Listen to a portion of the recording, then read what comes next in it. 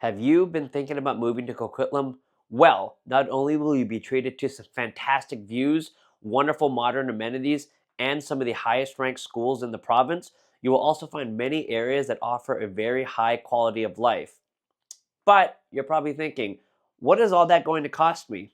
Well, stick around because in this video, we're going to be breaking down everything you need to know so you can decide, is Coquitlam the right place for you?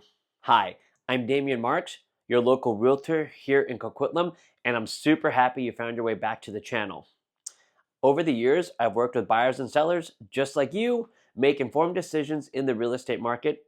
And today, we're going to be doing a dive into the costs of living in Coquitlam. So whether you're moving here and you're planning on renting something, or you're looking at making a purchase, I've got you covered, and let's dive into it. One quick note, if you find the information in this video to be helpful at all, I would really appreciate a like or even a subscribe. It would really help my channel grow. As you can see, we're just starting out and I really love to grow the channel and get more information out to help people just like you. And if you have any questions about anything I've covered in this video, please feel free to leave me a comment down below. Or if you have any questions about something more specific to your scenario, my contact information will be in the description down below. All right, now let's get into it. So, what is the cost of housing? We're going to be starting with rentals here, and we're going to be using median pricing. So if you're looking at a studio in Coquitlam, you're probably going to be looking around that $2,000 a month. For a one bedroom, it's going to be around $2,350, and for a two bedroom, you are inching closer to that $3,000 a month. Now, if you're coming from maybe the interior or out of province, these numbers are going to seem mind-boggling, but if you've been living in the lower mainland for any amount of time, you're going to see that they tend to kind of fluctuate in and around this. Obviously, some places have higher rents than others. So if you go to Vancouver or Burnaby, you will see those numbers higher. And if you go out to places like Maple Ridge, Port Coquitlam, or Langley, you're likely to see these numbers lower. On top of those numbers, we are going to also factor in some miscellaneous bills, and we're going to round these numbers out. So we're going to include your cell phone bill, which is probably going to be around $70 a month, your internet, and as well as utilities, because it's not uncommon here for you as the renter to be paying for the utilities on the property. And on around a 900 square foot home, your heating and electrical bill is probably going to come out to about $150 a month.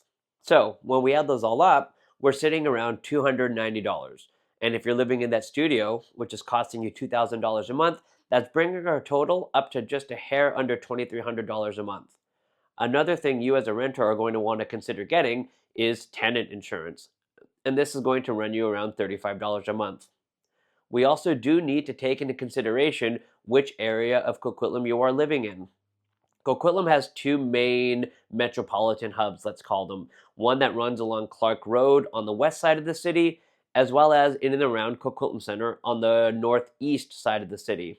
Rents in these areas will generally be a little bit higher, but this is also where you're going to find any of the high rises in Coquitlam, as well as access to the rapid transit system we have here in the lower mainland, the SkyTrain, and major bus routes which run very frequently, and you're looking at a bus every 15 minutes and then maybe half an hour for some of the less traveled routes. And while we're on the topic of transit, Coquitlam is also very centrally located and has access to all the major cities around the lower mainland, whether that's Vancouver, Burnaby, New West, and Surrey. The SkyTrain will give you access to all those places. So if you're living in Coquitlam and maybe you don't drive, know that you will have reliable transit to all of those other communities.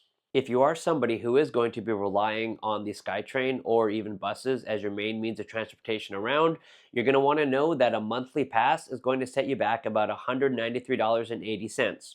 So, with these numbers in mind, we're actually going to be doing a comparison with Vancouver. If you're looking at that same studio in Vancouver, your average cost per month just on rent is going to be $2,300. For that one bedroom, you're going to be looking at around $2,650, and for that two bedroom, it jumps up to $3,650 a month. And this is taking into consideration the fact that rents have actually gone down over the past year, anywhere between 4 and 9% depending on where you're looking. And now, with those miscellaneous costs in mind, let's look at some of the total numbers we have. For that studio in Coquitlam, you're going to be looking at $2,480 a month. For that one bedroom place, it's going to be $2,730. And for the 2-bedroom, it's going to be $3,480 a month. Now, you also need to factor in, what your costs for food are going to be. Maybe you drive a car, so what is your, your monthly payments on that, or what is your insurance going to cost? You know those costs for you better than I do, so I'm not going to jump into those. But now you know what the cost is going to be to have a place to stay. But what if that place you are renting, the owner decides, hey, I need to move in there or I want to sell it? As many renters know, that place that you're currently living in, your home, may only be a temporary place and you may not be there for as long as you want to be. So, for the next part of the video, we're going to jump into the cost of ownership. Let's go. And if there could be a topic more popular than how much it costs to rent a place here, that topic would be how much it costs to own a place here. To give us some consistency in what we're going to be talking about further, we're going to set some parameters. For this, we're going to assume there's a 10% down payment. We're going to be utilizing RBC's 5-year fixed 4.75% interest rate, and we're going to be using the median sales price for both 1 and 2-bedroom condos in Coquitlam. And now with that in place, the median sales price for a 1-bedroom condo in Coquitlam is $560,000. With a 10% down payment, you're going to need to have $56,000 on hand, which will mean you are taking a mortgage of $504,000. That is how much money you're going to be borrowing from the bank. This is also an insured mortgage, so there is a bit of a premium added onto that, but your monthly payment is going to be roughly around $2,850, give or take about $10 or $20. On top of that, you also have to now consider maintenance fees. We're going to be using around 40 cents a square foot for this. So if you bought a 1-bedroom place that is, let's say, 635 square feet, your maintenance fee is going to be around, $254. Now, when you buy something, there's also this lovely thing called property transfer tax. PTT is calculated based on the value of the home. For this, we're going to simplify it. The total PTT on a $560,000 purchase is going to be $9,200. Now, that is cash out of pocket. That cannot be wrapped up in the mortgage. But if you're a first-time home buyer, you do get an exemption up to $500K, and so you're only on the hook for the additional $60,000. What that means is you are exempt from paying $8,000 of that, and you're just on the hook for $1,200. Not too shabby, right? We also need to consider property tax. For a home around this value at $560K, your property tax for the year is going to be about $1,750. So if you divide that amount by 12 months, you're looking at adding an additional $145 per month to your payment. We also can't forget about those miscellaneous costs that we were talking about earlier. So your cell phone bill, that's an additional $70. Your internet is going to be about $80. Then there's also your electrical and your heating.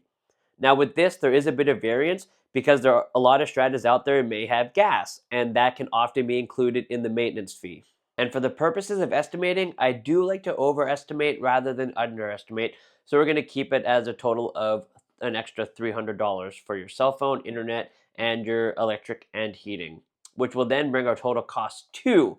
So we have $2,850 for your monthly payment for your mortgage, $145 a month for your property tax, $250 for your maintenance fees from your strata, and don't forget about home insurance, and that's going to run you about $800 annually. So that over 12 months, that's about $66 a month. Let's just make it a nice even 70, bringing your total cost to $3,615 per month to purchase that 1-bedroom condo in Coquitlam. And just to make that purchase happen, you are going to need this, the $56,000 for your 10% down.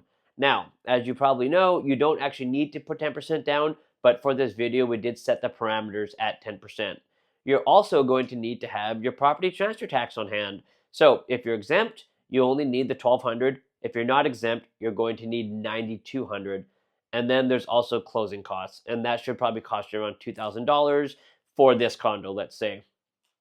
It's also very important to be aware that you do not want to completely drain yourself of any cash you have on hand to make this purchase happen. Because what if something comes up? So you're going to want to actually leave yourself, a little bit of a nest egg there after you've done this to, just deal with life in case something does happen. Now, we're going to dive into the cost of a 2-bedroom condo in Coquitlam. The median price for a 2-bedroom condo in Coquitlam is $735,000 and change. So, for your down payment, you're going to be looking at around $73,000 and change. That will leave you with a mortgage of $661,500, which means with this 4.75% fixed interest rate, your monthly payments are going to be $3,750. We're also going to factor in what your maintenance fees are going to be, and that's probably going to be around $380. Once again, this number can vary from building to building. We're also going to add in our property tax. Our property tax for this is going to be around $2,050. So broken up over 12 months, you're looking at an additional $170 per month. And then as well for home insurance, we can bump that up a little bit, but I wouldn't be surprised if it, stuck around $800. But hey, let's call it 1,000 and bump that number up to, $87 a month. And there's also that $300 from miscellaneous bills, which is going to bring our total per month cost to $4,387 a month. And that's to give you a place to stay and to keep the lights on. And as with the other property, the 1-bedroom, just to make this purchase possible, first you're going to need your 10% down, which is going to be $73,000. Then there's property transfer tax. Now, with this property, the total property transfer tax owing could be as high as $12,700 if you do not have the exemption. If you have the exemption, the property transfer tax you will owe is going to be $4,700, and then you need to factor in your closing costs as well, and let's call that the same as the other one, $2,000. And now you're probably thinking, Damien, these numbers are absurd. How does anybody do it? And guess what? I hear that a lot. People say it to me all the time. But you can rest assured that there are people out there doing it, and it can be done. The important thing is knowing your budget and planning properly. The whole point of this video isn't to scare somebody. It's to give you an in-depth look at what these numbers on a month-to-month basis are actually going to look like. Because it's a very different thing for somebody to think, oh, I'm going to buy this home for $700,000 versus, hey, this is how much it costs you every single month to do this. And you're also probably thinking, why would anybody do this when renting costs so much less? And why anybody purchases a home? There are many different reasons. For some people, it's security. If you've rented for any amount of time and you've had to move, having somewhere you can stay and plant roots and know that you'll be secure there is a really great feeling. For other people, they're tired of paying somebody else's mortgage, and even though it does cost them more to do it themselves, they'd rather pay their own mortgage because they know that if they hold on to it for 5, 10, 15 years, they're going to see a great return. I mean, less so with 5 years, but if you hold on to anything for 10 years plus, you're going to see yourself a pretty significant return. And like many other people, you can actually leverage the equity you've built into other properties if that's the way you choose to go, or maybe you want to leverage it into other investments or vacations or whatever it is you want to do for your family. Another item I feel like I should touch on here is we did use median price, so that is the average selling price. Of course, in Coquitlam, there are 1-bedroom places that do cost less than, $500K. You can find them in the 400s. You can find them in the mid 400s. And same with the 2-bedrooms. You can even find some 2-bedrooms in Coquitlam that are sitting just under that $600K threshold.